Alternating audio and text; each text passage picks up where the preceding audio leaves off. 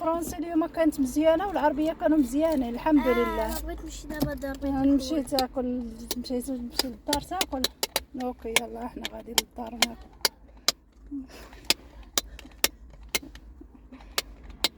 عليكم ورحمة الله تعالى وبركاته. كديرين؟ ان شاء الله تكونوا كلكم اموركم مزيانة هانية.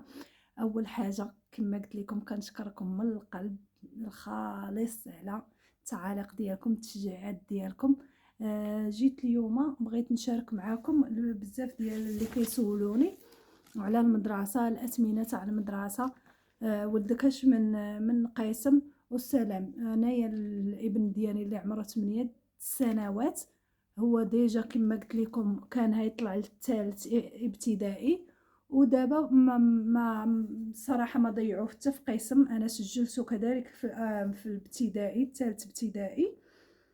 المدرسه هي سمارت سكول، واحد المدرسه اللي غير الصراحه ما كنعرفها ما حتى شي حاجه. عي كنت الصراحه نقولها لكم، ما كنت غير دايزه بحال هكا كنقلب على فارماسيان وهي تبان ليا، دخلت عجبني التصرف ديالهم، التعامل ديالهم معايا.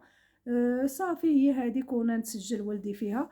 الحاجه اللي عجبتني فيهم انا ملي دخلت وسولتهم، الحاجه اللي عجبتني فيهم انهم قالوا لي نديروا ليه الدعم في الفرنسيه والعربيه، يعني نوقفوا معاه حتى ياخذ اللغه العربيه واللغه الفرنسيه. واحد الحاجه البنات اللي تاني مزيانه انكم تدخلوا وليداتكم وهم صغار، ان باش ما تفوتهمش بزاف ديال الدروس، ما يصعبوش عليهم قد ما نتيا كتعطلي فيه وهو كيصعاب عليه المنهج ديال هنايا. قطع عليا ولدي، جا قطع عليا. المهم كما قلت لكم قد ما دخلتوا ولادكم صغارين والمنهج كيكون ساهل، يعني الفرنسيه والعربيه كتكون سهله للطفل باش يتقبلها ويقدر يمشي مع ثاني مع الدراري اللي هما يكونوا قبل منه في الدروس وهذه. داكشي علاش انايا الصراحه اختاريت هذه المدرسه هذه، لان كاين بزاف المدارس ما كتكونش عندهم داك الدعم، ما كيكونش عندهم انهم كيكون عندهم داك الدعم في الفرنسيه والعربيه. لذلك انا اختاريت هذه المدرسه. كيسولوني بزاف ديال الناس شحال الثمن ديالها. الصراحه الثمن ديالها هو 26,000 ريال بالريال، 1300 درهم سميتو 1300 درهم شهريا. كتخلصي عليه شهريا 1300 درهم. والتسجيل اول ما كتسجليه، ملي كتسجليه على لاسورانس وبزاف ديال الاشياء هذيك كتخلصي 1800 درهم. يعني الدخول المدرسي كتخلصي 1800 و سميتو، وشهريا كتخلصي 1300.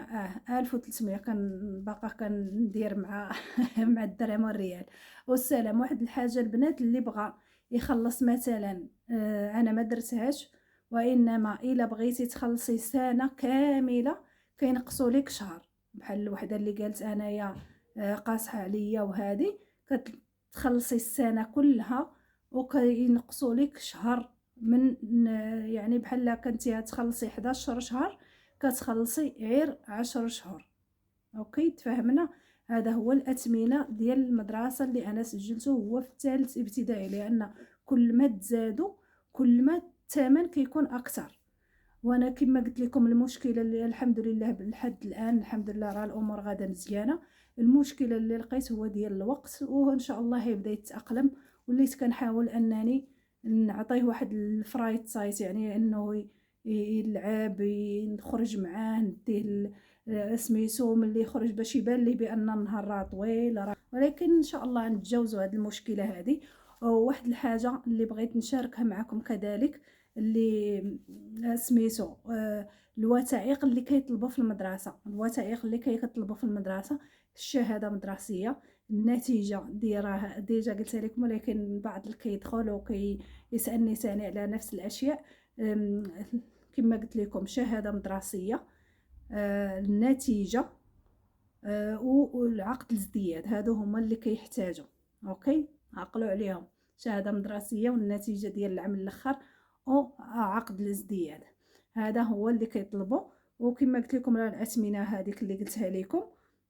وتسولوا تدخلوا وتسولوا مثلا هاد المدرسه. كاينين بزاف المدارس صراحه، بزاف المدارس، ومن الاحسن من الافضل تسولوا لا عندكم شي واحد في المغرب مثلا. انا حيت مستقره دابا في مدينه اكادير، كنت كنسول قبل، ولكن نعي صدفه سبحان الله هاد المدرسه هادي صدفه دخلت ليها ولدي صدفه. ما كاع هادوك اللي سولت عليهم كاع ما بقيت وصلتهم، هادي جاتني في الطريق سبحان الله، كانت قريبه ليا، دخلت وقيدت والحمد لله والشكر لله. وكما قلت لكم راني هنشارك معكم كل شيء، الامور اي حاجه دقه دقه. السلام عليكم ورحمه الله تعالى وبركاته. شكرا لكم على بزاف على الدعم ديالكم وعلى التعاليق ديالكم، لا ايجابيه ولا سلبيه، نتقبلوا السلبيه قبل ما نتقبلوا الايجابيه. يلا تهلاو لي في راسكم ونهاركم مبروك، حتى الفيديو اخر ومعلومات اخرين وان شاء الله كل شيء ايجابي ان شاء الله باذن الله اللي نشاركه معكم. يلا السلام عليكم.